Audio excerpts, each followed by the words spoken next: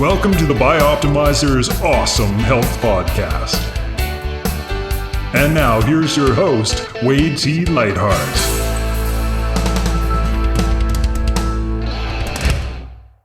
Want awesome health? How about doubling your energy? With our free Awesome Health course, you can get a new video and lesson every single day for 84 straight days. The course covers everything from optimizing your digestion, nutrient intake, correct health issues, including weight, skin, energy, immune system, and so much more. The course could easily be worth $200 or $300 for, and yet it's 100% free when you go to bioptimizer.com. That's bioptimizers.com. Once you're there, just enter your name and email to get the first 3 phases of the Bioptimization report.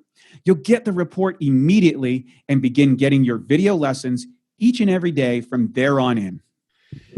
Good afternoon, good morning, and good evening, wherever you are. It's Wade T. Lightheart from the Awesome Health Podcast. And boy, oh boy, I have been waiting for this interview for quite a while. We have the head strength coach with the New York Giants, Mr. Aaron Wellman. And before we introduce him to the class, I want to talk about he joined the Giants back in 2016. He did a lot of changes to the offseason, in-season training routines. He's got a 20-year career at the Division I college level. He's a graduate of Indiana University. Spent 3 years as a full-time assistant strength and conditioning coach for the Hoosiers, and was probably involved with football, baseball, and softball teams, as well as developing individual nutrition programs for student athletes. For the Giants, he was assistant director of strength and conditioning coach for the University of Notre Dame, and he was the director of strength and conditioning at the University of Michigan, and implemented athlete monitoring systems, including GPS and neuromuscular fatigue assessments. I'm very curious about that. He has a wife and a son and a daughter. And what's interesting, he follows a cyclic ketogenic diet, and he's always looking for ways to upgrade that. Aaron, welcome to the show. Yeah, great introduction, Wade. I appreciate you having me on. Well, I'm fascinated by this interview. So for people who don't know, I studied exercise physiology back at the University of New Brunswick. I was a good athlete, not a great athlete, and thought, well, maybe I'll get an opportunity to be a strength and conditioning coach. Life took me in a different direction, and I ended up, owning a supplement company. But today I'm excited because I want to know just the process first of how you got to become a strength and conditioning coach. So walk me backwards. Like, was your an athletic career, or is this something you always wanted? How'd that begin? Yeah, I've always been involved in athletics. And I think, to your point, I wasn't a great athlete. I was a good high school athlete, played small Division III college football. And I think a lot of coaches, particularly strength coaches, are guys who really weren't the best athletes, but really had to work. And so we developed our own kind of training methodologies and really researched ways to get stronger, ways to get faster. And I think, and then we grew to love that. We love the application of that. It's kind of led us, just intimately down this path into athlete development. And so grew up as an athlete and got done, played, as I mentioned, Division III college football, Manchester University, a little school in Indiana. And then from there, decided I had an internship experience at the University of Notre Dame my junior year in college. And that's when I really got the bug for performance and really everything related to performance, nutrition included, and decided to go get a master's degree and became a graduate assistant at Indiana University with their football team and strength conditioning. And really, it's kind of gone from there. I was hired in December of 1996 at Indiana. And so my career began there. And as you mentioned, spent 20 years at the Division I level at 6 different universities. I've been very fortunate. I think that, luck has a lot to do with it and the people you surround yourself with. So a lot of people have helped me get where I am today.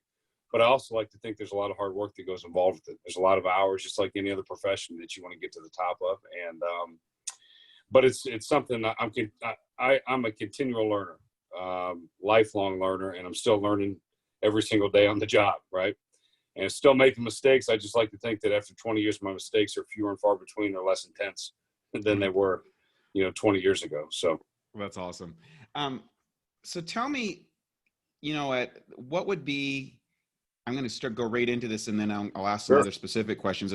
What is a day in a life of a strength coach at the professional level, which you are? Because I mean, it's very hard to kind of get into a professional team, especially one as well known as the Giants or something like that. I mean, I can't imagine the amount of hoops you got to jump through to get that position, and also how demanding that position is. So walk us through, what's it like in the day of a life of a strength coach, or as a week, or how does that schedule work out on a year? So I'm fascinated with this topic.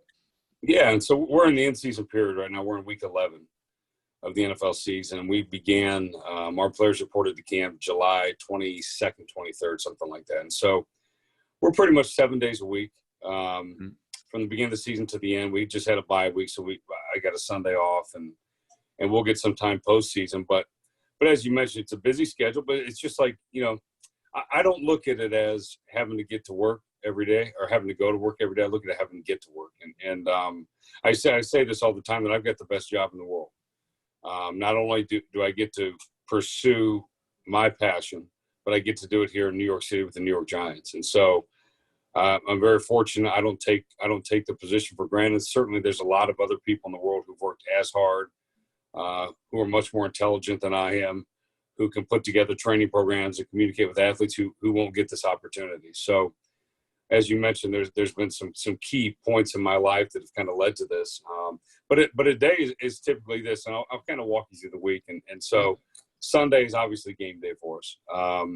And typically we'll get to the stadium 4 to 5 hours prior to the game starting, and players will start arriving, and we'll just go through, and players have some of their own routines, their warm-up routines, and we'll assist them with that. From early on in the locker room to pregame warm-ups, all the way through the end of the game. And part of my staff, our director of performance nutrition, part of his role is that fueling process, which obviously doesn't just begin on game day, but since we're talking game day, it begins that morning with the pregame meal and continues on through the conclusion of the game and really post-game. As you know, you're well aware that what they consume immediately post-game and post-activity to begin the recovery process for the next week is critical. So we kind of oversee all that. We get through the game, and certainly guys are banged up. It's an NFL game. It's not a contact sport, it's a collision sport.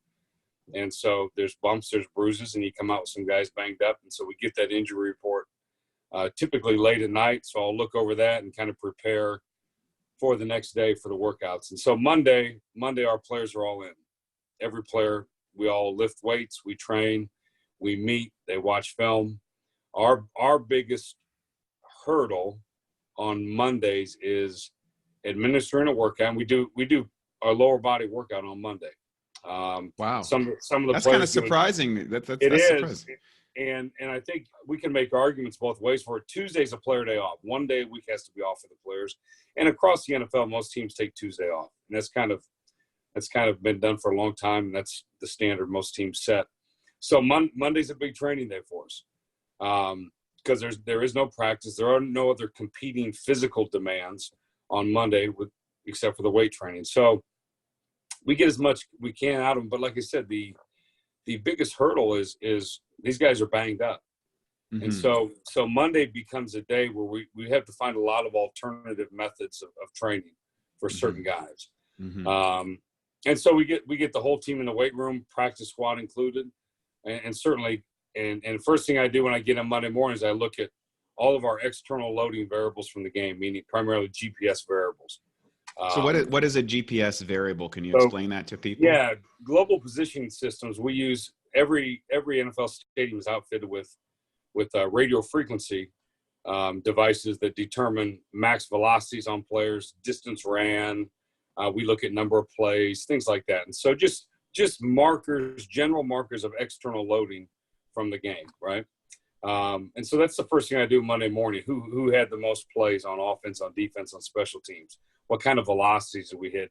Did one of our receivers hit a new maximum velocity where we know that there's going to be more eccentric stress on the hamstrings from that? We know there's going to be greater time to recover from that. And so I kind of get a general gestalt overview of the entire team. And so I'll sit for the first 2 or 3 hours of the morning. Our first group comes in about 8 o'clock.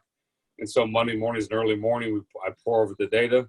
and I start making adjustments based upon the previous night's injury report and the numbers, the number of plays and the demands of the game the day before, and kind of making just some best guesses on how certain guys are going to feel when they come in. And so when they come in the room, I try to have some alternative plans for those players. And right when they come in the room, I grab them and we talk it over, and we find out where they are physically from the game. And so that's the challenge on Monday. How do we make it an efficient training day without setting back their ability to recover and working around any physical anomalies that have presented themselves from the previous day game? That's got to be, I mean, now you've got all of the starters and all the backups, and then you also have the practice team. Are you in charge of both sets of those? Yeah, so NFL teams have 53 active roster players and 10 practice squad. Got it. And so you got about 63 guys that come in that day. Got it. And so we oversee the training program of all those players, and a lot of my time during the week, and we individualize training programs. I mean, that's, not only by position, but by chronological age within the position, previous injury history, and as I mentioned, how many snaps were played on a Sunday. And so a lot of planning, the planning of the training program takes a lot of time throughout the week to individualize for that number of athletes. There's so many variables here that you're dealing with. My mind's just going off like all these different things. Yeah. What is some of the differences that you notice between, say, the positions and then the effects of age as people go, or ways of mitigating it? Because we hear these stories, with people like, I saw an interview with James Harrison, of course, was the oldest linebacker ever, was spending like $350,000 on his recovery program as he aged. Tom Brady with the TB12 story and all the stuff that he's got going on there.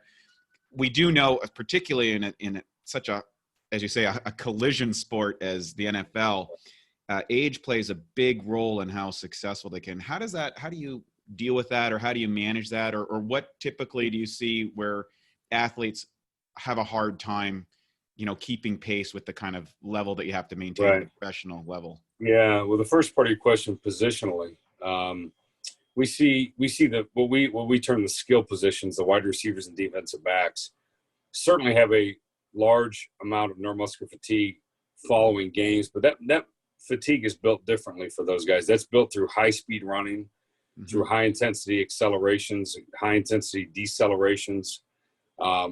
Whereas the linemen, the offensive linemen, the defensive linemen, some of the linebackers, they engage in a little bit of that high intensity acceleration, but a lot of their fatigue stems from blunt force trauma, right? Just physical contact with the opponent, physical contact with the ground.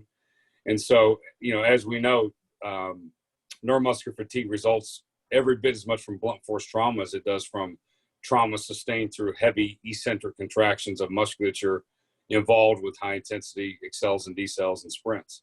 And so that's a big difference. So you see kind of a couple of different kinds of fatigue that come into the room on a Monday following a game. Right. Age-wise, I think all of us can attest, all of us that have grown older, over the age of 40 can attest that our ability to recover just is diminished as we age. And so that's just part of the game. And the NFL is a young man's game, but we do have certain positions where we have 20-year-olds and we have 35-year-olds playing the same position. And so those 35-year-olds training protocol is going to be completely different on the Monday following a game than the 20-year-old.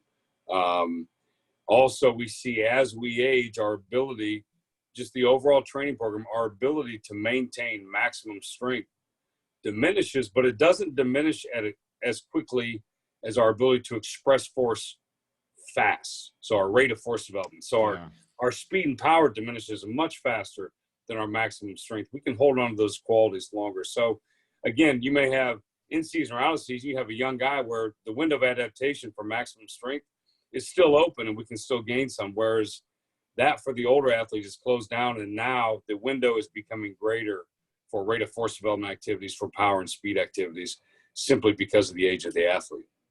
Yeah, that's what of course they talk about that in boxing. It's like the powers is the last thing to go, but it's the speed, And Right. it's like, it's always a challenge with the older athlete is the brain fires, but it's like the brain writes a check that the body can't cash. They're just that microsecond slower. They're that, they're half step behind a person. And of course, that's the difference in that sport. Yeah. I mean, when we lose our ability to move as athletes, we lose our ability as athletes. I mean, this is a movement game. Sure, there's a lot of strength and power involved in this, but simply being strong and powerful won't keep you performing at a high level. And the older guys I talk about, these are still the elite of the elite. Mm-hmm. But relative to younger guys, that's when you can see some of those decrements. I was watching Shannon Sharp on the Skip Bayless show, and he was talking about his own career as he aged, and it was dawning on him. I was like, yeah, I can't do this as fast as I used to, or I can't recover as fast. Right. He said he remembers that dawning on him, and the impact on his psychology and how he approached the game and stuff. So how do you approach the game as people age, and how do you think that applies to maybe the real world, if people who are just looking for maximum performance? Because right now we see there's all this energy, particularly with males, and the biohacking stuff is like, how do I be a Superman at 45, 50 years old, right? And they're, using some of the technologies that were developed in pro sports and stuff like that. Right. But what's your real world experience in the bottom line? Right. Yeah. I mean, I think there's a lot of crossover between real world athletic population and real world general population. I still think the two biggest levers we can pull as athletes and non-athletes alike are nutrition and sleep. Mm-hmm. I don't think, there's and we talk about in training, there's very few absolutes, but there are fundamentals. Right. And I think that's the same across the population, is that there are very few absolutes, but the fundamentals are those two big levers of nutrition and sleep. We've got to make sure we're taking care of those first, right? Then after that, now we can get into intricate details. But I would say that with an older athlete, they don't handle volume of training as well as younger athletes do. And again, I think that's a generalization we can make to a 40-year-old bodybuilder versus a 20-year-old bodybuilder, a 40-year-old cyclist versus a 20-year-old cyclist. I think that as we age, our athletes can handle intensity, and they need the intensity, because when one of our athletes changes directions on the field, he's going to put 3 to 5 times body weight on a single leg and have to change direction and go the other way. So the training has to be intense to support the physical demands associated with playing the game. Right. But the volume of training is what we have to be very careful of. Not only what we do in the weight room, but what we do in a conditioning setting, and quite frankly, how much they do within a practice. Mm-hmm. And so we're always tracking and keeping an eye, particularly on older players or guys who have a significant injury history. Now, they all have injury histories because it's football. Mm-hmm. And we know the greatest predictor of future injury is previous injury.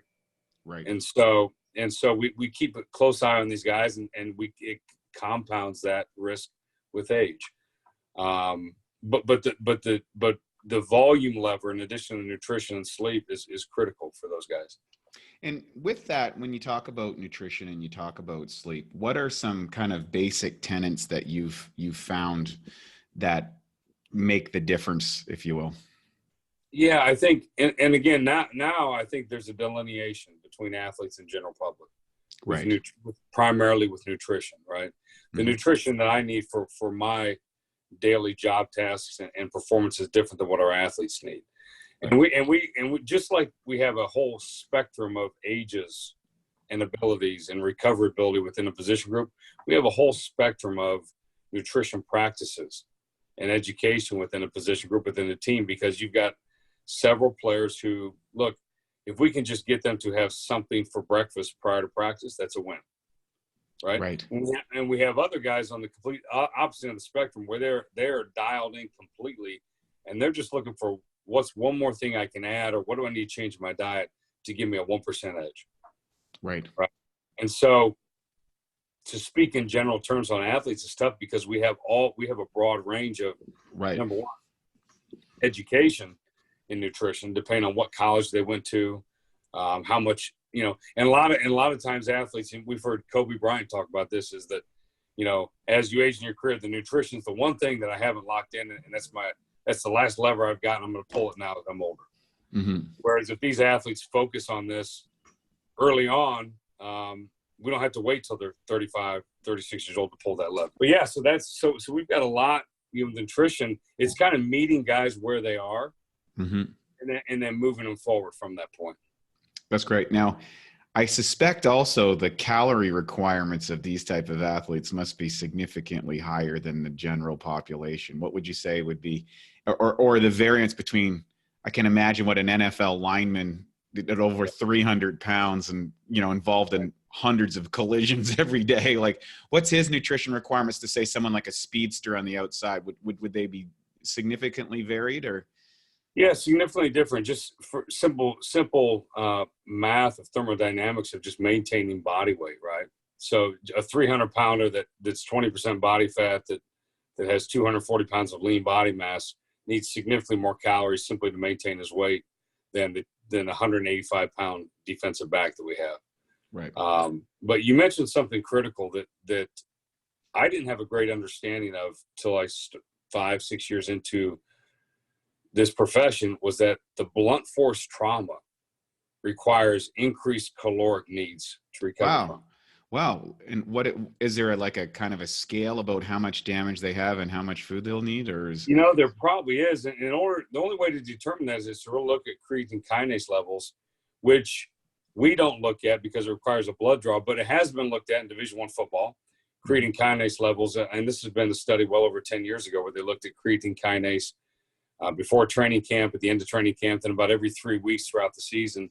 And they saw an increase in creatine kinase 3 weeks into camp, but really leveled off as the season went.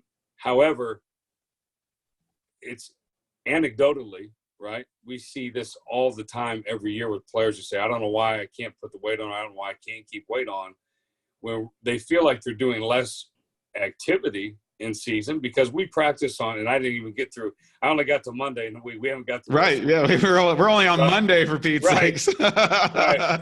We practice Wednesday, Thursday, Friday, and they play Sunday.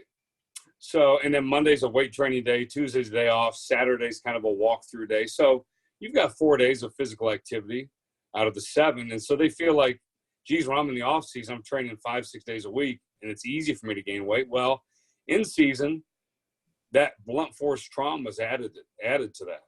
That is an increased caloric demand that must be accounted for with these guys. And we don't, most of our athletes aren't, and we've got a great, Pratik Patel's our director of performance nutrition. He's outstanding. Best I've ever been around, does a great job. But even with that, we don't count macronutrients with our players because they're not that as interested in it. We're trying to make healthy choices. And so, we add and delete things from the diet, from the menu, from their post-workout shake, as we see fit. And then you'll have certain guys who maybe you're a practice squad player, maybe someone gets hurt, now you're called up to active roster, now your workload doubles. Right. Well, your caloric demands increase too, and players have to understand that. And conversely, you're a starter and you get injured and you're in a walking boot for 3 weeks. Well, look what happens to our caloric demands. Right. Now, our caloric demands decrease. We cannot put on body weight coming back from a 3-week lower body injury. So now we have to focus and educate them on taking some things out of their diet. And so it's a constant educational process. You're constantly just readjusting to, wow, it's an incredible amount of work. You mentioned sleep. We'll get to Tuesday and Wednesday and beyond. What's the sleep requirements? I think is fascinating. And I know, Matt, my co-founder, he's so far gone on sleep. What are you noticing as far as requirements for sleep? Is there variance between athletes, but what are kind of the bedrock of things that you've observed as far as sleep or rate of recovery? Yeah, great question. And again, I think that there's individual variance with all these things, right?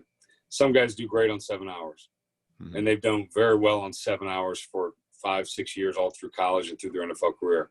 Other guys, when they get 7 hours, really feel run down and require 8 to 10.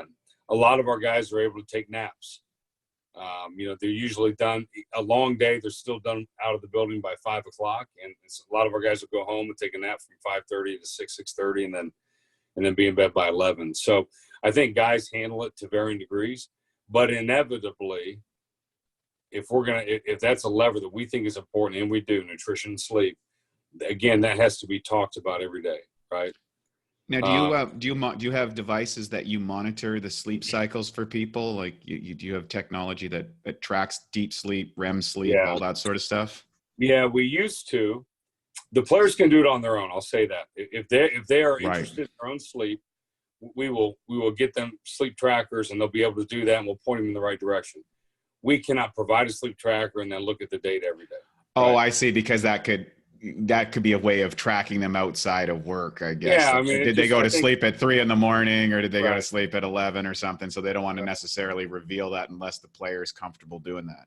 Right. I mean, I think they look at it, and rightfully so, as an infringement on their privacy. However, we do have 10 to 20 guys on the team who have sleep tracking devices who track their sleep each night. And again, it's a conversation. Hey, how did you sleep last night? And they're happy to come in and have that conversation and talk about how much deep sleep they got and REM sleep they got. And then we try to make the adjustments and make some recommendations on how to improve those areas. So we got to Monday. What happens after Monday? So we've done the individual workouts for people and made the adjustments based on injury or damage or how much load that they had. So let's take us through the rest of the next parts of the week for you. Yeah. So as I mentioned, Tuesday's the day off, right? Mm-hmm. The day off for the players. So the day off for us. So, and typically on Mondays, we're going to be in here, and I'll back up. We're going to be in here 6:30 on a Monday morning. Oftentimes we may not get home from a Sunday night game. If we may have a West Coast Sunday night game, and we may land at 7 a.m. Mm-hmm. As coaches. And if that's the case, then we get on the bus and come right to the facility and just start work. So we, whatever sleep we get on the plane is our sleep for the night. But on a home game, we're in at 6:30 or 7. Tuesday is the day off for the players. And that's the day for them to any appointments they have, any errands they need to run. Guys on the team are married and have kids, and they want to take their kids to school and have lunch with their wife. And those are all great things. We do have a mandatory treatment session for guys that are injured. And so those guys will have to be here with our medical team to get evaluated, to get treatments. We give our players the option, if they want to get their Wednesday upper body lifting on Tuesday, they're welcome to do that. So the guys that want to work can still come in and work. But there is nothing mandatory on Tuesday. It's a time for them to stay out of the building, to rest, relax, to recover. A lot of them have home recovery modalities at home. They may get a massage. You may see guys come in and do a little sauna session or a cold tub, hot tub, contrast bath, an infrared light bed session. So there's a lot going on Tuesday, and some guys take advantage of that day, and some guys just use it to relax their mind at home. And then Wednesday, now we're back at it, and players will start arriving in the building at 6:30 or 7 in the morning. We bring our offensive linemen and defensive linemen and all of our big skill. And the term big skill for us means linebackers, tight ends, and our long snappers, our fullbacks, our running backs. Those guys come in, and now they did a lower body session, primarily lower, a little bit upper on Monday. Now their heavier upper body session is on Wednesday.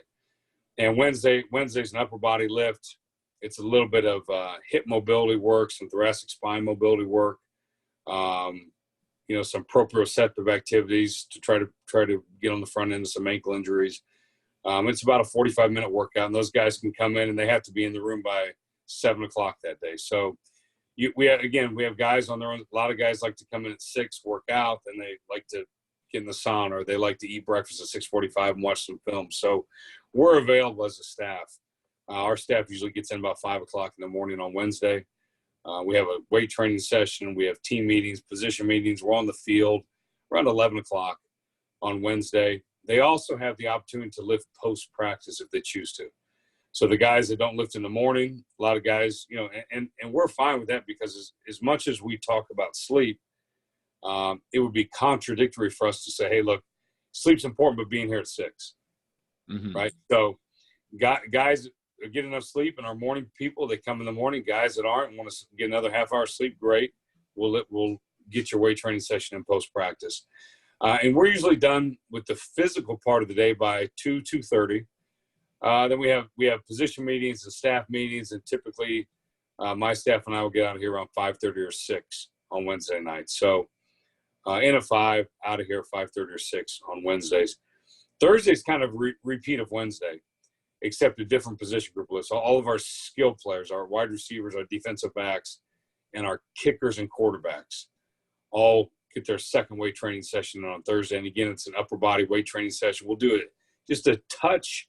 I spoke before about volume and how important it is to manage volume, but also we want this concurrent approach to workouts where, we're developing max strength, but we're also touching some power, and certain guys aren't going to ever hit max strength throughout the week. An older athlete, for example, he will be geared more towards rate of force development activities, maybe some single leg activities if we've detected some asymmetries between the lower limbs, right and left.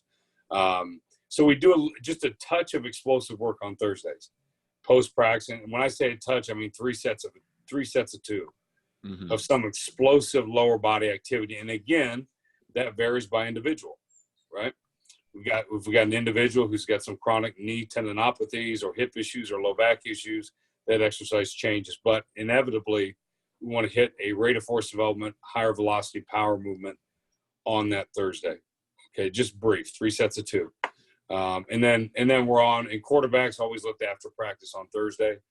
We don't want to fatigue upper body musculature prior to and on the field practice where they require a lot of throwing. So our quarterbacks always come in post practice on Thursday. And again, kind of the same thing, practice, lifting, meetings, staff meeting at the end of the day. And again, for us as a strength staff, now the coaching staff, they're continuing on into the night, right? They're working on the tactical aspects of the game, preparing for the next opponent, which requires film work and a lot of things. So those guys may be here till 9, 10, 11 o'clock at night. Our strength and conditioning staff, we try to put things to bed by 5:30 or 6 and get out of the building. Friday now, our big skill and offensive defensive linemen have now lifted Monday, Wednesday. Now Friday, they come back in for their third lift of the week. Much briefer, 30 minutes, upper body lift primarily in nature, some work for some core work, and then they're out of there in about 30 minutes. All of our players do a mandatory weigh-in. We weigh in every Friday so that we're tracking body weights. We also track body fats on a number of guys weekly. Do you use the DEXA scan for body fat? We don't. We use a bod pod, and we use a combination of bod pod and calipers. We don't use DEXA. Can you explain why you don't use DEXA and why you use the bod pod? Because DEXA is being advertised as used in the NFL, so I'm curious about that. Yeah, so the NFL Combine, they do 2 measures. They do actually a bod pod and a DEXA. Okay. And so every athlete that comes to the NFL Combine, I get both measures on, so we can kind of see the differences between the two. What do you see the difference? What do you see the difference between the? What do you see in the difference between the bod pod? And could you explain to people what the bod pod is?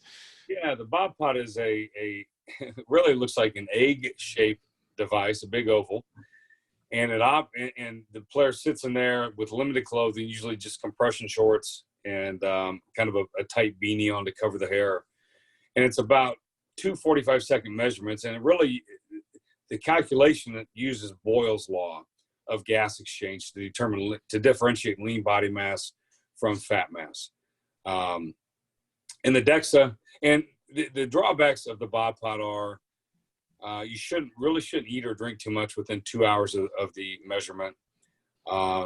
If you do a workout and the surface of the skin is warm or damp, it does impact the reading. And so the drawbacks are typically that lends itself to our players having to do it first thing in the morning, prior to eating, prior to physical activity. Mm-hmm. It takes about 5 minutes total from the time you begin an individual to the time they get out of the bod pod. And so the number of players you can get in that short window prior to breakfast and practice is limited. Right. DEXA, we can get in any time of day. We can differentiate lean body mass from fat mass. We can look at bone mineral density, a lot of different things. The reason why we don't have DEXA, and a lot of teams are going to the NFL Combine, is simply because state laws in New Jersey require us to have an X-ray technician run the DEXA machine. I see. Most states don't. The strength conditioning coach or the director of performance nutrition is performing DEXA stands. So that's kind of the limitation for us.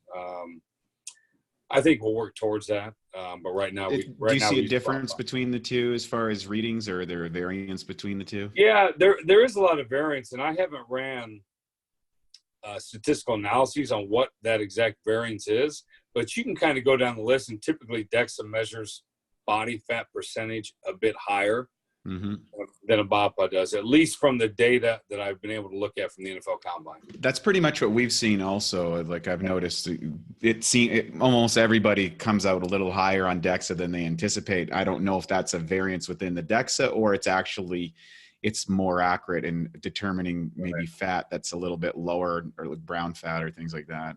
Yeah, it's tough to say. And I think, the validity on all, we have so many technologies coming out that the validity is so critical to these. But with the body, with the bod pod or any of these other measures, if it's the validity is a little bit off, if the accuracy is a little bit off, but the reliability is good, meaning we take 5 measures, the reliability between measures. So if you've lost 2% body fat, and it indicates a 2% loss, even if the body fat, the absolute percent is a little bit off, right? We at least know that athlete's leaner, or he's gained body fat or lost body fat. Right. So that's important. Yeah, you're long as you can track the variance, that's correct. The most important part in changing. And then you say you still use calipers as well? Yeah, we still use calipers, and we ISAK, ISAK has a certification, and so we're able to differentiate fat mass from bone mass, from lean muscle mass. Again, the benefit to calipers are, if you get an experienced person with calipers, it's fairly accurate. If you eat breakfast before, it's okay. If you just worked out before, it's okay. The downside is the athletes who have larger skin folds, particularly in the abdominal areas. That's tough. When you have 320-pound linemen, you're trying to do skin folds on the abdominal region. Yeah. Those guys generally have higher skin folds. If you're doing skill guys and linebackers that are our skill guys are 5% body fat, 6% body fat. That's a pretty easy skin fold. There's not much there. Right. When it comes to the training you mentioned, I think that's kind of interesting. You're doing, I don't know if this is a lot of, but you're mentioning like doing 2 rep exercises as power stepper.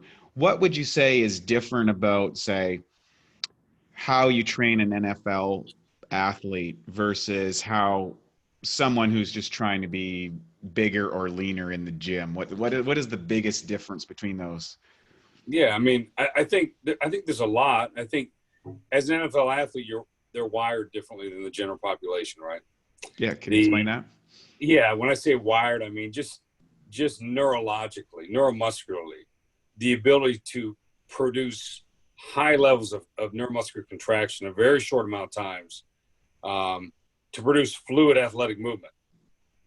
Those statements can't be made about most of the general population. Certainly, right. There are people in general population that we may term fast twitch and more explosive than others, but we're talking about the elite of the elites. And so a lot of our athletes, as high school athletes, never had to train, and they were still the best athlete on the field. They're just genetically superior, right? Just genetically superior. And so, and then in college, they had to train because it was mandatory, but they didn't have to train extremely hard or be extremely disciplined with eating because, again, they were the best athlete on the field. Now you're in the NFL. Now there's a bunch of guys like you.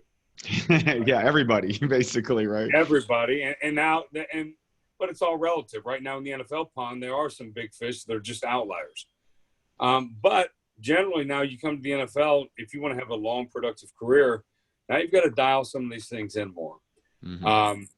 But again, it's like in your career as a bodybuilder, a career as a power lifter, as we become more advanced in training, a power lifter may only need to use 80 to 85% of his 1 rep max because he can call upon so many fibers.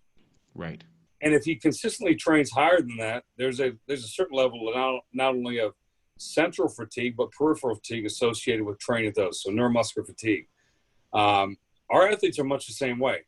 they've got such high outputs that we don't have to see high outputs in the weight room as well. Their outputs, particularly in season, all their highest outputs are going to occur on Sunday, right? And so what we do in the weight room is the things that we're doing here are a means of supporting those outputs. Traditionally, I spent 20 years in college, and a lot of times in college, our wide receivers and kind of our skill players really don't see the value in training their lower body. All I have to do is run. I don't want to get tired. And one of the things you see in the NFL is those guys have an appreciation and will say, look, I have to train my lower body. They may not understand the implications and why they have to, but they understand that I feel better and I'm a better player when I do. And how we explain it, how we reconcile it is, again, if I'm an Olympic sprinter and I'm sprinting at full speed, I've got 3 to 5 times body weight every stride. So a 200-pound athlete, 600 to 1,000 pounds on every foot contact.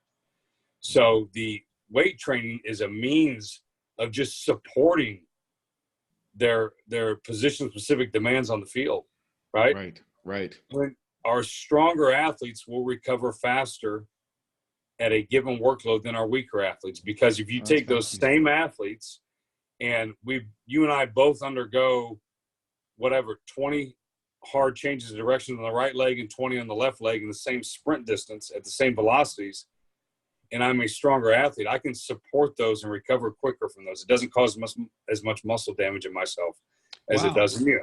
Does that make sense? Yeah, that's an interesting point. And so that's kind of how we explain that. Look, I'm not suggesting as a strength coach that if we improve your squat max by 20 pounds, you're going to be a faster athlete. You're already a fast athlete. What I am suggesting is by getting stronger and maintaining your strength in season, we will support performance the entire 17-week NFL season, right? And so that's that's the angle with training guys at this level, right? And so it's so much different than general population, right? General population, their workout is their test of the day. Right. That's it. And so they have to recover from that.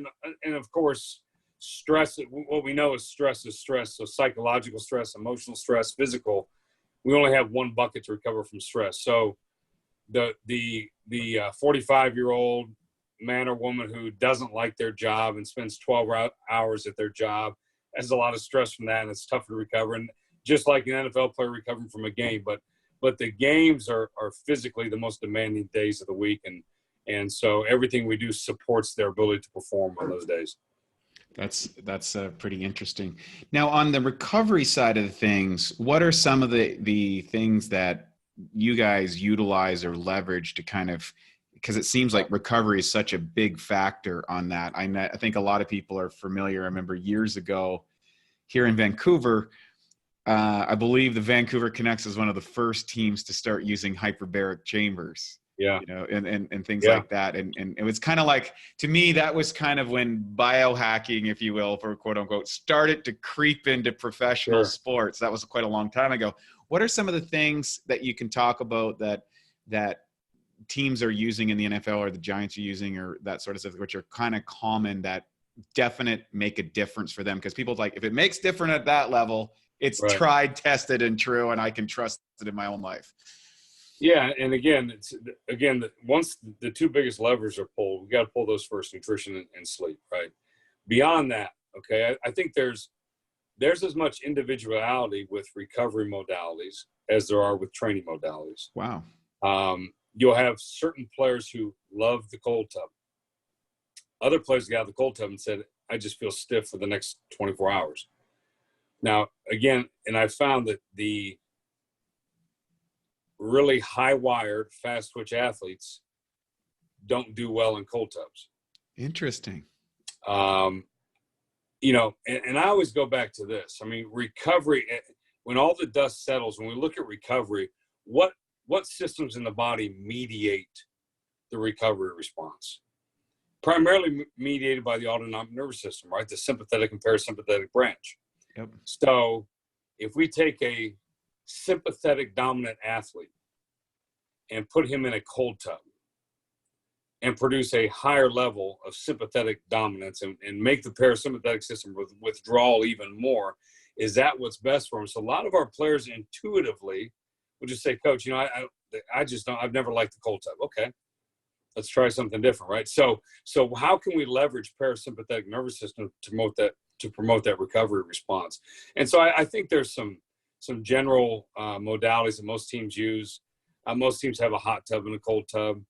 We have a sauna here. There's a lot of good evidence, research on sauna use. Do you use infrared or high temperature or combination?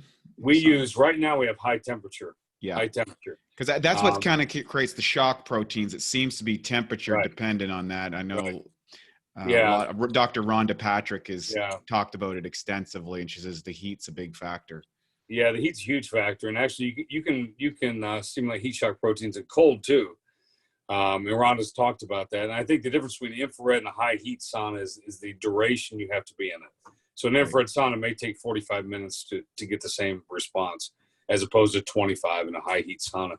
We also have a near infrared light bed that I don't know if you're that's like those the red belt chargers. Yeah. Those are great. Those are amazing. I was just on one a little bit ago. My skin's still a little red because it was built in with a sun tanning set. It's phenomenal. I feel amazing on that thing. Our players love that. Our players love it pre-practice, pre-workout. They also love it post-practice and post-workout. And we've got a lot of coaches who use that as well. And I think right now that's probably the most utilized recovery modality we have in the building is the infrared light therapy. Some teams have sensory deprivation or float tanks. Yep. I'm sure you're familiar with those. Yeah. We do not have one. But again, it's what are we doing there? We're promoting a parasympathetic response, right? I think, geez, if you're eating well and sleeping well, and you focus on breathing, some breath work, some meditation, I think that can be just as powerful as any other recovery modality. So the big thing is just flipping people. You want people flipped out of sympathetic to parasympathetic. Is that the goal that you're doing? Yeah, and I think you'll hear people say, well, what if you're too parasympathetic dominant? Okay. We don't see that too much. Right. When you look at just some subjective markers of what sympathetic and parasympathetic dominance looks like, most of our guys are, higher strung guys that compete in a violent sport, in a contact sport, and following games and practices, we just want to promote that relaxation response. Right. Yeah. For some guys, it might be going out to dinner with their wives. Other guys, it may be a hot tub. Other guys, it might be a sauna. It might be some breath work, some meditation. But again, I think the responses of these modalities are as individualized as anything else. And I think when we, in college, we used to make all of our players get in the cold tub after training camp practices. I mean, it'd be like programming a weight training program for the masses, and you're going to capture 30 to 40% of those and probably do what's about right for that. But the other 60 are going to either not respond or respond unfavorably to your recommendations. And I think that's what separates, in my opinion, good performance programs from great performance programs, is that ability to how much can we individualize not only the training response and the dose of loading we're giving our athletes, but then also on the back end, how do we individualize that recovery response to do what's best for that athlete? And now for a Bioptimizers fixed digestion tip, rapid cheat meal relief. Research shows that cheat meals can actually be an effective way to boost your metabolism. One key weight loss hormone, leptin, can be increased by up to 30% following a cheat meal. The challenge with the cheat meals is that all those extra calories and lower food quality can be hard to digest, which means you could be totally sidelined with a food coma after big cheat meals. The solution is to take strong digestive enzymes like masszymes, which will help rapidly digest and break down the extra food. 3 to 5 capsules before or right after your cheat meal can make a huge difference in how you feel following the cheat meal. If it's a cheat day with multiple large meals, you might want to go up to 10 capsules or higher to help you power through all that food. To save 10% on masszymes, go to masszymes.com. That's MASSZYMES.com and enter the code cheat 10 at checkout. That's fantastic. So any other recovery modalities that you find helpful? There's a lot out there. All right. Yeah. And a lot of our guys have their own. I mean, just touch, physical touch, massage. Yeah. We offer massage to our athletes. We offer breathwork and meditation to our athletes. We offer acupuncture to our athletes. Light bed therapy, sauna, hot tub, cold tub. I think that's about it. And a lot of our guys, but you have guys who Hyperbaric chamber. Yeah, hyperbaric chamber. yeah. You mentioned the term biohacking. A lot of guys on their own like this, and so even some of the stuff the science isn't strong on, right? Mm-hmm. But the placebo effect is so powerful, right? That if you feel better, it works, right? So would you say that many of these high performance athletes seem to have a better awareness of their biofeedback than, say, a general population? Like, I think they do. By and large, I think they do. I've had athletes, really high-level skill players who, and one of the things that differentiates NFL programs, or my program in the NFL from college is I think in the NFL, we really lock arms with our athletes, right? Right. In college, we have 18 to 22-year-olds, and we're making best practice decisions. In the NFL, we're making best practice decisions, but I'm also going to lock arms with that athlete and say, okay, let's talk about how you feel in the field, what I can do to help you improve in those areas where you feel like you're deficient. Wow. You know, a running back that when he plants off his right foot doesn't feel as powerful as when he does left, for an example. Right. But I've had these high-level sprint athletes, skill athletes.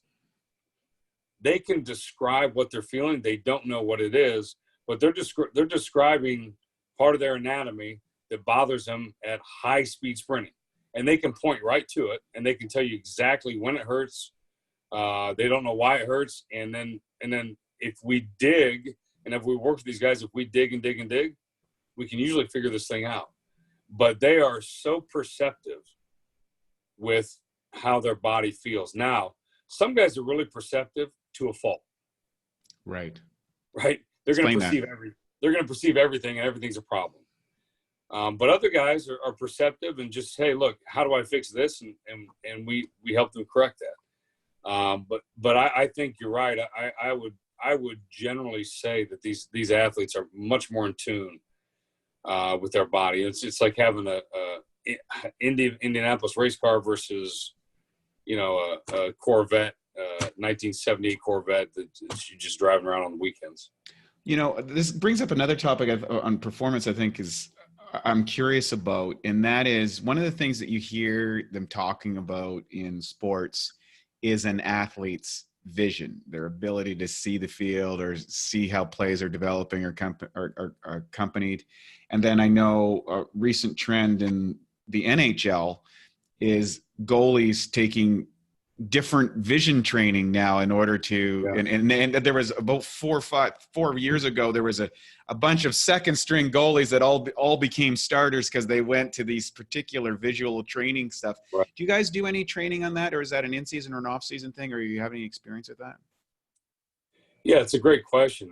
I am not an expert in that area. We have several modalities that would fall under the category of quote unquote vision training. Like a lot of things, I think that the evidence is strong for some and completely lacking for others. There's a company that makes these glasses that kind of like strobe glasses where they flash in and out so you can only see snippets. And so a player may catch balls. So is it the glasses, or is it the extra half hour a day you spent catching balls that you didn't do before? Right. So I think, I like to refer to myself as an open-minded skeptic. I don't have any answers, right? Mm-hmm. I have more than I used to. I don't have all the answers, but I am open to the idea that much of this stuff works, that we've only discovered maybe 1 or 2% about human performance and the things that we can do to improve. So I don't discount anything. And particularly if the athlete thinks it works, then it works. I just don't know how many of these devices are validated. And if we weirdly would stand up to kind of a double-blind, placebo-controlled trial. And I don't think a lot of them have undergone that scrutiny. A couple more questions around the training. So two things that come to mind is, one of the things I'm so impressed about, just this sheer athletic ability of the NFL. I mean, I watch it. It doesn't matter who's playing, if I'm into the teams. Just watching every day that I watch that game, I'm just blown away by what somebody does on that field. It's just It's mind-boggling. Right. But two of the things that I think is pretty interesting is the grip strength that some of these athletes have. I'm able to grab a one-handed catch and, and hold on to the ball with a 300-pound man slamming the ball directly. That's a fascinating thing. And then the other piece I'd like to look at is the training in the off season, how that differs from in season. Yeah. So the grip strength piece, do we train grip? Yeah, we do. I would never say the reason why they're able to do this is because we do grip training, right? Mm-hmm. These guys, again, are wired completely differently than the general population. And I've seen guys that are 5'10" with enormous hands. Right. And so obviously your ability to hold on to the ball largely can be predicted by hand size with these players. And again, these guys physically are different, are mentally different. They're the elite of the elites, right? They're the Navy SEALs of the military, right? These guys are the best of the best, and so they are wired completely differently. So we do a lot of grip training, particularly with our offensive and defensive linemen, because they're hand-to-hand combat athletes essentially. Yeah. But what you're referring to are some of these catches some of these skill guys are making. And it's really, it is a grip strength thing. It's a skill because they practice these. Let's not underestimate the impact skill has on this, right? Right. So big hands and strong hands doesn't mean you can make one-handed catches. Correct. Right? If it did, then we would just get recruit players with the biggest hands and train their grip, and we'd be making these miraculous catches. So skill is always going to trump strength and speed and power. And these guys put enormous amounts of time practicing one-handed catches. Right. This isn't an anomaly that you see on game day. I mean, it's the ball's thrown outside the framework of the body, and they've got to go get it. And that's something that's a skill that has to be practiced and learned just like any other skill. That's wild. And now going into off-season training, how does that change for your athletes, and how much do you interact with the athletes? Because maybe they're not even in the city that you're in, or they're outside, or new people are coming in from other programs and all that sort of stuff. So what goes on there?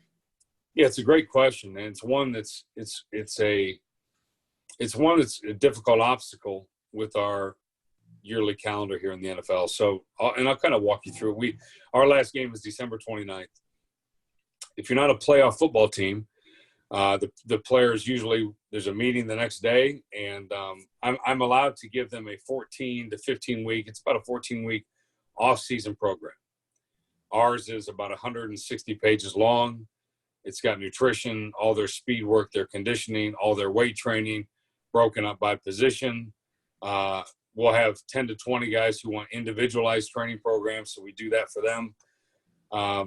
But rules dictate that we are not to contact our athletes and have a conversation with regards to training, right? So essentially an athlete may leave and you may not see him, or speak with him regarding training for 14 weeks. Wow. That's a huge obstacle, right? Can they reach out to you guys? Can they reach out to you guys and request it? Or they can reach out to us. We cannot initiate the conversation. Our training facility is open every day throughout the off season, and our players can come in and train. We cannot mandate they come in. We cannot mandate what they do when they're in the room. We cannot conduct the workout. We can simply supervise for safety, right? The guy's bench pressing, we can spot him, make sure he's not hurting himself, but we can't say, hey, let's do 4 sets today or 5, or let's do this exercise. So when they come in, our athletes bring in their off-season program and work right off of that. The other thing we cannot do is the weather in New Jersey in January and February is not sunny and nice. It's so you're not going outside to run. So we have an indoor facility. Our athletes can go in there and run. They can use the facility. We can't go in there with them. Got it. Right.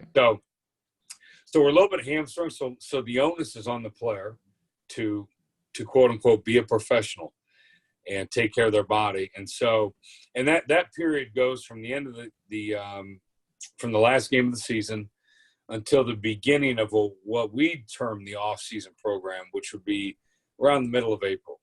Right. And so when the middle of April arrives, most of our players come back. And again, this is not the off-season program is not mandatory. Okay. It's an optional program. However, most guys are back. And really the first 2 weeks of that program, I get the players. It's strength and conditioning only. I get them 2 hours a day. I get them 4 days a week. And that's kind of our time to, and when they come back, Wade, you kind of put yourself in our place. When these guys come back, you're trying to program running loads, sprint distances to get them ready for 2 weeks from now when the coaches get them. But what you don't have is information on what they've done for 14 weeks. Right. So consequently, you get a mixed bag, right? You got our guys are great, very professional. So they're all going to have done something. But some of them have been running 4 days a week for the last 4 weeks. Some have run 1 or 2 days a week. Some have done high-speed running. Some have just, stayed in condition. And so the first week, we're really trying to feel out where we are as a team. If day one becomes heavy sprint work, we're going to have problems. Yeah. Right? Those chronic sprinting loads have not been established with the athletes. And there's a lot in the research on these acute to chronic workload ratios, but it's common sense that, and I use the analogy of being in the sun with our players. So there's no problem with being in the sun for 3 hours, unless you've not seen sunlight for the previous 8 months. Now you're going to have a problem. Right. But if you go in the sun 10 minutes today and 20 minutes tomorrow, and that's no different with training and with sprinting, that, if you haven't sprinted for 14 weeks and we bring you back and we do 10 100-yard sprints, certainly there's going to be a price to pay for that. Yeah. And so we're very careful. We almost undertrain them in week one because we really don't know what we're getting. And the off-season program is only 8 weeks long. We just can't afford to have a soft tissue injury. Yeah. And for a guy to miss 4 or 5 weeks of training. So we try to be very smart. We try to meet them where they're at. I have several conversations, just honest conversations. Talk to me about how you've trained, particularly the last 4 weeks. Have you followed the program we've given you? Well, no, I did this. Okay. And so it kind of gives us an indication of where our players are. Mm-hmm. And we want that communication to be open and honest. If you've done nothing, tell me. Mm-hmm. Tell me you've done nothing so that I can make the best decisions for you. Mm-hmm. Right. And that's all. That's what this is that how do we put our players in a position to have a long career, to stay healthy, to perform every Sunday? And how do we serve our players to meet their needs? So for our younger listeners who may be aspiring to a career in professional sports or professional football, what would you say is maybe some of the patterns that you've observed or like early on that translate well to become a professional? And what would you say the most successful professionals or the people who have the longest careers or more durable careers or the most reliable careers? What would you say that they do different than, say, people who don't seem to make that cut? Because I mean, the average NFL career is 3.5 years now. But you have some of these guys that are in for 10, 12, 15 years. What do you think is the difference? As a coach or a player? Well, as a player, as an athlete per se. And then I'll take both sides of the coaches interesting as well. As an athlete, I mean, obviously you have to have the innate ability and genetic potential. And I don't like the word genetic potential because I think you can overcome genetics. Mm-hmm. But if you look across the board, the majority of our players are genetically wired a little bit different. I've said that several times, and it's just so true. And so that's step one. And so from a young age, and you can see those genetic. I've got a 15-year-old son, but when he was 8 on the basketball court, you can see the 8-year-olds who are a little bit different than the other 8-year-olds, right? Right. And so I think certainly, I mean, all the cliche things coming up because, like I said, I've been in college for 20 years at several different levels of college football. And the guys that are consistently high character players who are disciplined with their work ethic, and discipline to me, that word is thrown out a lot, but that involves everything from a college athlete making sure he's at class on time. Mm-hmm. from taking notes in class to how they handle their sleep, how they handle their nutrition. You know, in college, we would get the players for 8 hours a week in the off season as strength and conditioning coaches. Well, what about the other 160 hours a week? Right. So you can be really great in those 8 hours. But if you're not living clean in the other 160, you're just not going to make the progress. And it's no different as a 45-year-old or a 30-year-old or a 50-year-old who wants to get in shape in the gym. But you're going to work out maybe hour and a half a day, maybe 5 days a week, so 5 to 8 hours. Again, the other 160 become important. How are you sleeping? How are you eating? How are you spending your time? Who are you spending your time with? Right? Those are all, because when I was in college, I would have NFL scouts come in, and they wouldn't ask me about – they'd ask about 40 time and all that, and that was a very quick conversation. The conversation was, what kind of guy is he? What kind of kid is he? Is he a hard worker? Does he, when the training session's over, does he stay after and do extra? Right? How many times has he been in trouble for not going to class? So we're gathering information on who you are as a person. Right. And so and I think you can look at ESPN 30 for 30s and a lot of athletes who had the ability and had all these the physical requirements necessary to be an all-pro or an all-American, and didn't. Why didn't they? Well, most of the great failures in history have been character failures. Right. From athletes to politicians to whatever it is, it's a character failure. So that's an important part of it. And then when they get to our level, I think it's, now they've done the required work, and now they're an NFL football player, and now it becomes, as you mentioned before, the average NFL career, and you mentioned 3.5 years. I think that's about right. It's somewhere around there. How do you take care of your body now? Mm-hmm. Right? Because now it requires more than you've done in college, right? Your eating, your nutrition program has to be a little bit better, Mm-hmm. right? You have to pay a little bit more attention to recovery, because every year you get older, risk goes up. Every year you accrue another injury, again, risk goes up. Mm-hmm. So longevity at this level but it's a lot of the same things. I mean, it's that, but it's also character and your work ethic at this level, right? Yeah. We talk about being a professional. Being a professional means you're taking care of your body. You're here on time. You're here to work. You watch extra film. I mean, what do you do? What in our profession? I tell young guys getting in the profession that what you do off the job will determine how far you go on the job. We're all going to be in the building for a set amount of hours in the day. Right. But what do you do? What do you listen to on the way home? Are you listening to podcasts as a young coach? Are you listening to podcasts, or are you just listening to radio? Right. On the weekends, are you watching Netflix, or are you watching training documentaries? Right. I mean, how do you spend your free time, and how does that contribute or detract from the goals that you have set for you? Yeah, the focus is a big factor, I think, and in a competitive sport, and you're at the very elite of the elite. Yeah. Every half hour makes a difference. Right. No doubt. So you're never off.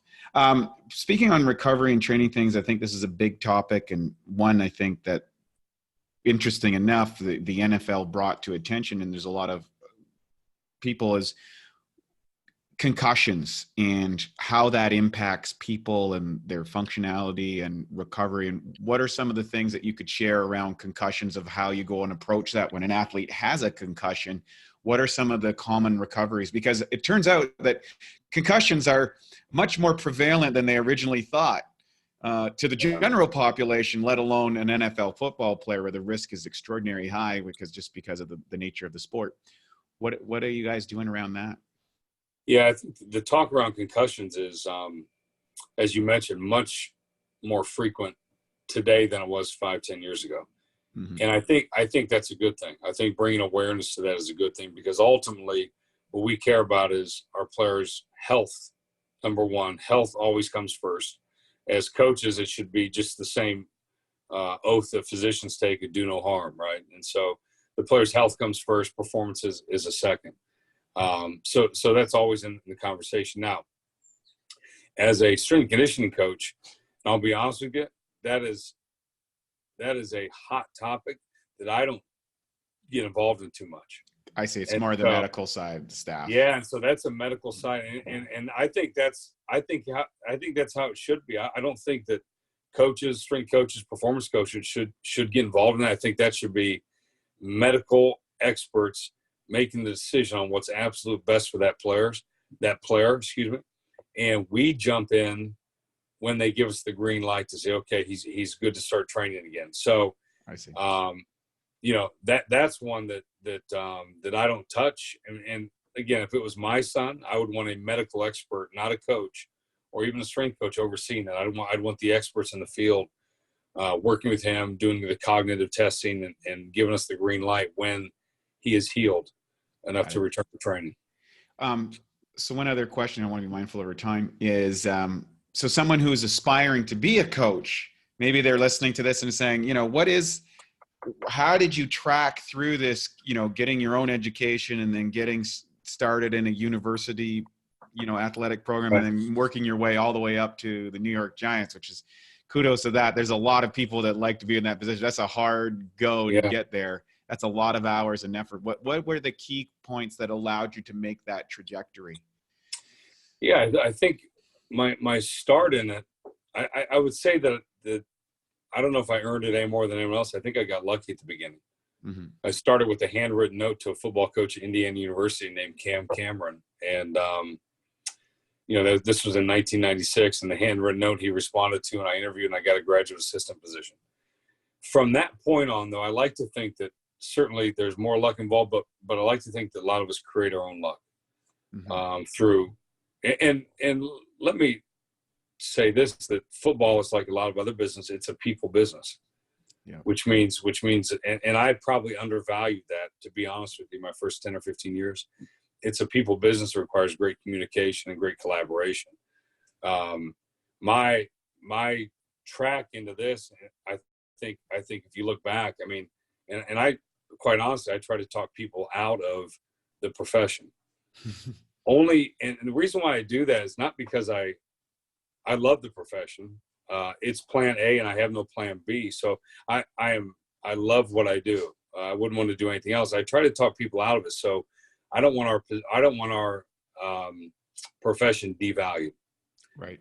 And I want to make sure the younger generation coming in understands the enormity of the impact you can have on the lives, particularly at the high school and college level, because the high school strength coaches are doing some of the best work in the country. Yeah. Right. In the formative years of the athlete, just building the work ethic and the character of these players. But I don't want to devalue our profession. I want people to understand that it's a certain type of person that gets into this. And I think you have to understand, it's like every profession. Why are you doing this? Is it because you just like to lift? Is it because you like to play football, because your career's over? Or are you really doing it to pour into the lives of young men? Mm-hmm.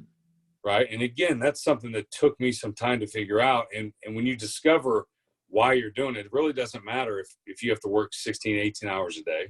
Right. If you've got to work 7 days a week, 18 hours a day, because you're living out the goals for your life. You're living out why you want to do it. And so that's your why. How are you gonna insert yourself in the lives of these guys? And so for me, it was, I've always been, and I tell my wife, that a man's ability to suffer, I think, is so critical, right? And so my ability to work, and I was up for 15 years up at 3 a.m. most days of the week, and in the office by 3:30 or 4. Not because I wanted to be the first one in the office, because and still to this day, I have a really passion for learning, and that gives me an hour on the front end of the day where I can do some research and get ahead of a little bit. And I think the field is so saturated now with strength coaches, trainers, performance centers, that how are you going to differentiate yourself as someone getting into this field from everyone else? And that one thing I've tried to do is consistently learn. And so I did a master's degree in sports science at Indiana University. I got hired full-time. They would pay for schooling. So I did a master's degree in nutrition science. 2014, I started a PhD, finished that in 2018.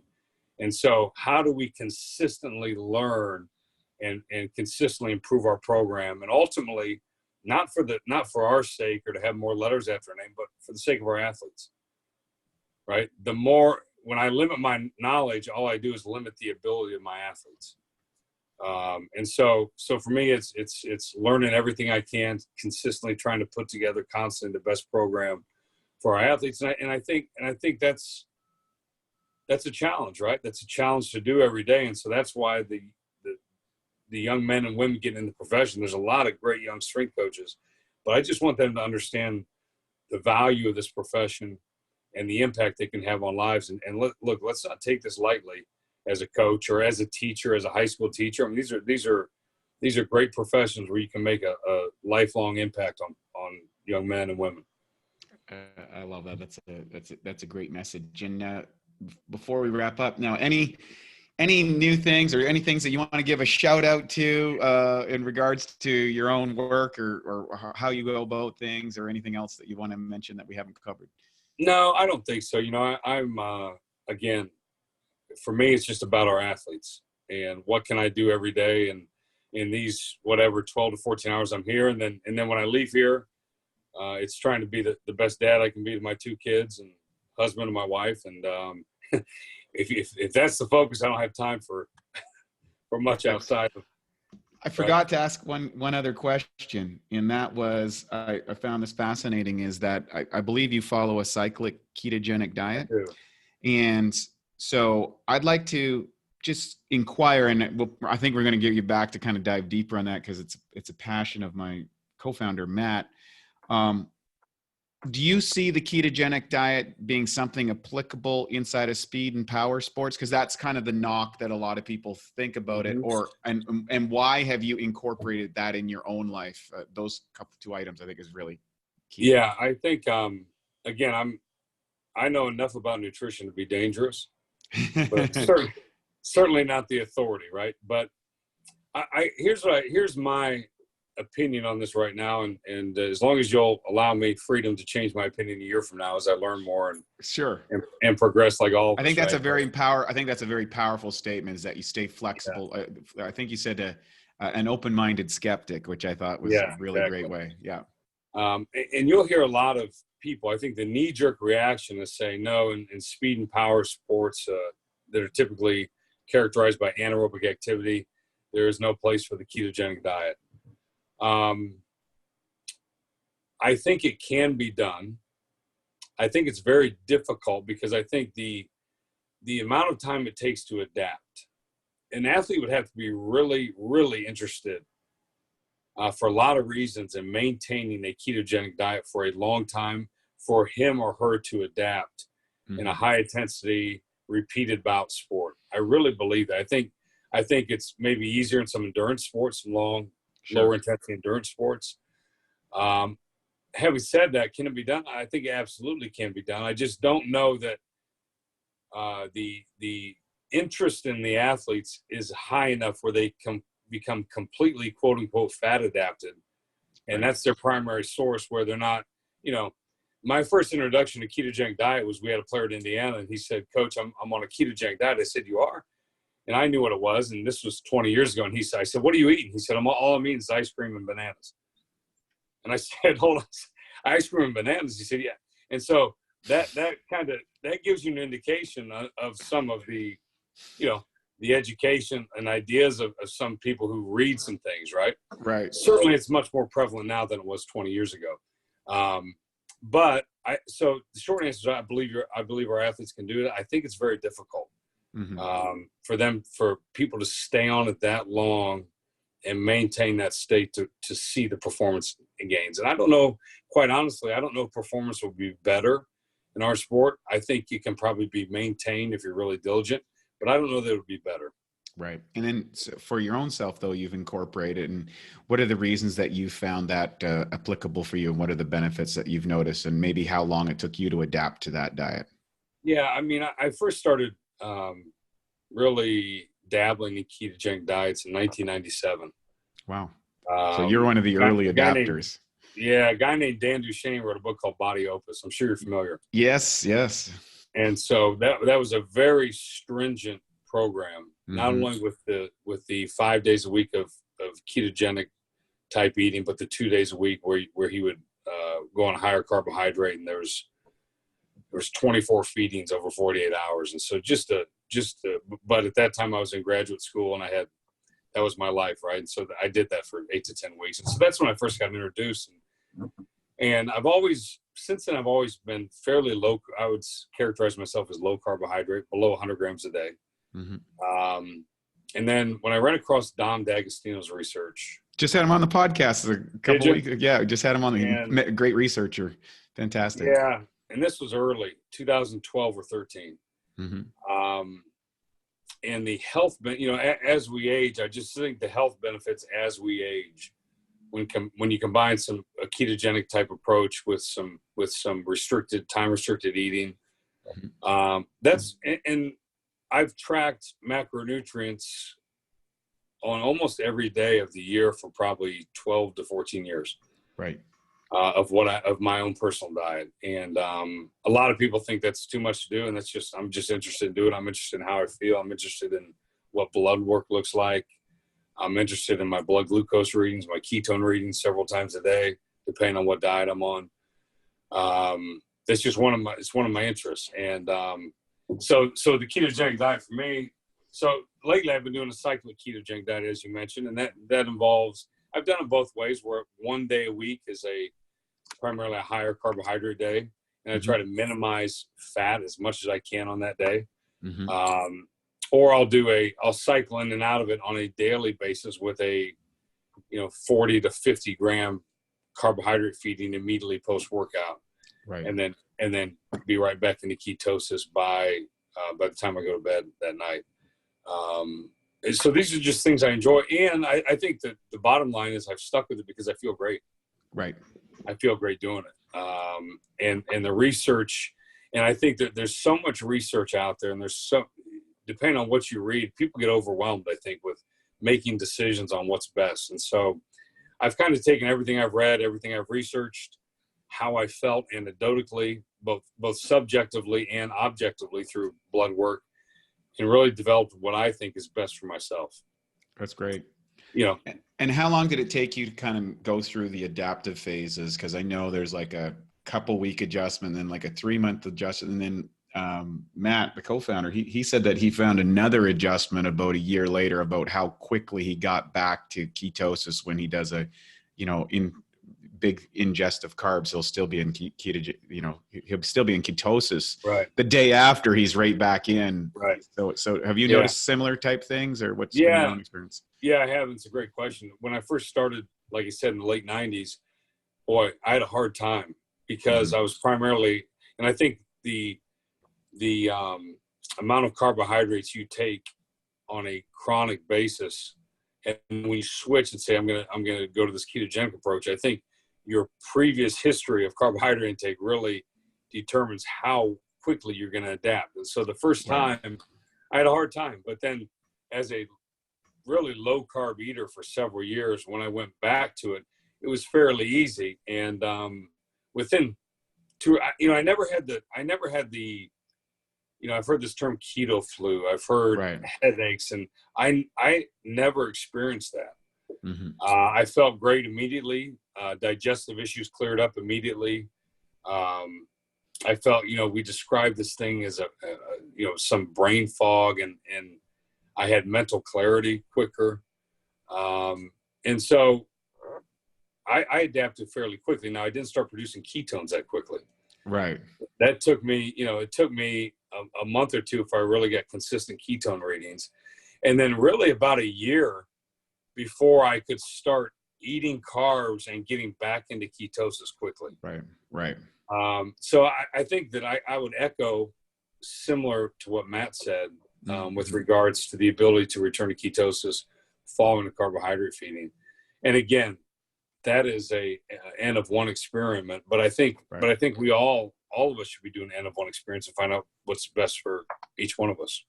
That's great. One last thing. Do you ever do any testing on genetics or epigenetics or methylation in regards to various athletes and how well they do on different diets or foods they need to avoid, or allergy testing or anything like that? We don't do that specifically. We do have a partnership with Quest Diagnostics. Got it. and they run a panel called Blueprint for Athletes. Mm-hmm. And our athletes it's not mandatory, but they have the option to do that 4 times a year. Right. We're testing not methylation, but vitamin status, food allergies, markers of muscle damage. We're doing that. It's more of a basic labs that you would associate with athletic performance than it is with longevity and methylation and things like that. But our athletes have the ability, have the option to do that if they choose.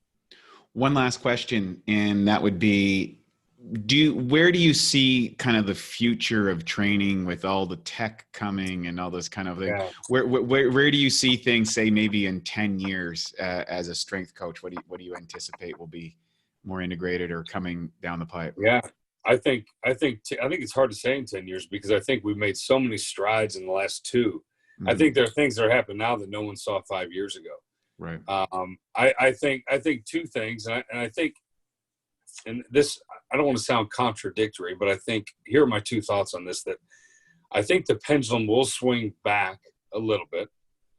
We're developing all this tech, and we got a lot of streams of data come in. I think the pendulum will swing back where we'll, as coaches and performance staff, say, okay, here are the big rocks for us. Here are the 3 or 4 data inputs that we want to look at. Give us our biggest predictors of whether it's injury risk or performance, and we're going to put our focus here. But I also think as we go, I think you're going to see a lot more. Right now we go out to practice, we slide a GPS in their global positioning system unit in their jersey, and we track what they do on the field. I think 10 years from now, those things, if an athlete wants to have it embedded, they're going to have it embedded. And we're going to track everything. So the biggest, when we talk about external loading of athletes, and take a college athlete, for example, who is on a big campus and has 5 classes and walks 3 to 4 miles a day, but it's not quantified. Right. So all we're doing as performance coaches is we're quantifying their weight training session, their conditioning, their practice. Right. We're not quantifying the 3 miles they walk to get to class every day. We're not quantifying the emotional stress from a relationship that just ended. We're not quantifying the mental stress from academics and from exams, or players at this level, the amount of social stress involved with being an NFL athlete and the media requests and things like that. And I think the ultimate goal, and I know for me, and I've said this before, the ultimate goal is to quantify every physical variable that's done through the day, overlay that with the sleep and all the internal stress and the internal response to that, and have a score at the end of the day on how well we've done. Right. And to track that. And I think that would obviously be, kind of like the holy grail mm-hmm. of player monitoring. And I think that, I'm not saying that's going to be done, but I think it certainly will be available within the next 10 years. Yeah, I think that's where we're heading. And I know a lot of the quote unquote biohackers that we work with, they're there already. Matt, my partners are great. They got the trackers, they got the sleep devices, they're monitoring, they got all the data points, they're implementing the stuff, they got all the Fitbit, they got everything going on, and it's fascinating, It is fascinating. Yeah, and our ability to get real raw world data on a just ongoing basis, I think, will probably switch things more than we can anticipate. Right. So great point. Yeah, I believe so. Aaron, this has just been so fun. I can't believe you've been so free with the information. I really appreciate you coming on here. I know there's going to be so many people inspired by what you're doing and that you took time out of your super busy day to do that. Thank you so much from everybody at Bioptimize, all our listeners. We really appreciate you coming on here. And I want to thank you and wish you guys the best of luck this season and beyond, and with your own career. And let us know if there's anything Bioptimize can do for you. Thanks, Wade. It's been a pleasure. I appreciate it. You bet. At Bioptimizers, our mission is to fix digestion. And a cornerstone of digestion is gut flora. P3OM is our patented probiotic formula. In fact, we call it the Navy SEALs of probiotics. You see, strong proteolytic or protein digesting activity is paramount to having a healthy gut flora. And of course, P3OM provides that. The good news is, unlike weaker probiotics, P3OM survives the digestion process. What it does is it basically multiplies the good guys while protecting you against pathogens, or what some people call the bad guys. P3OM really helps to rebuild your digestion. And what that allows you to do is to maximize nutrient uptake, energy, and metabolism. To find out more of how P3OM can help you, go to www.bioptimizers.com. Thank you for listening to the Bioptimizers Awesome Health Podcast. You can find more information at bioptimizers.com.